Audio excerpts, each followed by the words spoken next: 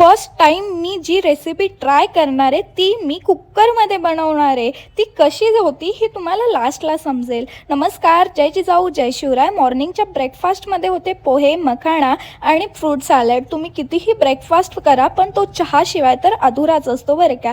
जी recipe मी try करणार आहे ती म्हणजे पावभाजी आणि तेही कुकरमध्ये बरं का। त्याच्यासाठी जे काही साहित्य लागतं ते सर्व मार्केटमधनं आणलं होतं आणि लगेच मी तयारीला लागले होते। आणि हो, चॅनलवरती जर नवीन असाल तर सबस्क्राइब करायला विसरायचं नाही आहे अशाच नवीन नवीन रेसिपीसाठी आणि त्याबरोबरच स्किन केअरच्या टिप्ससाठीही।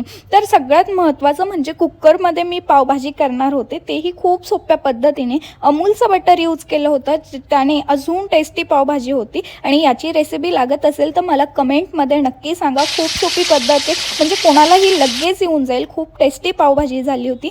चला आपण भेटूया नेक्स्ट व्लॉगमध्ये। ॲट द एंड हा बदाम शेकने केला होता बरं का। चला बाय।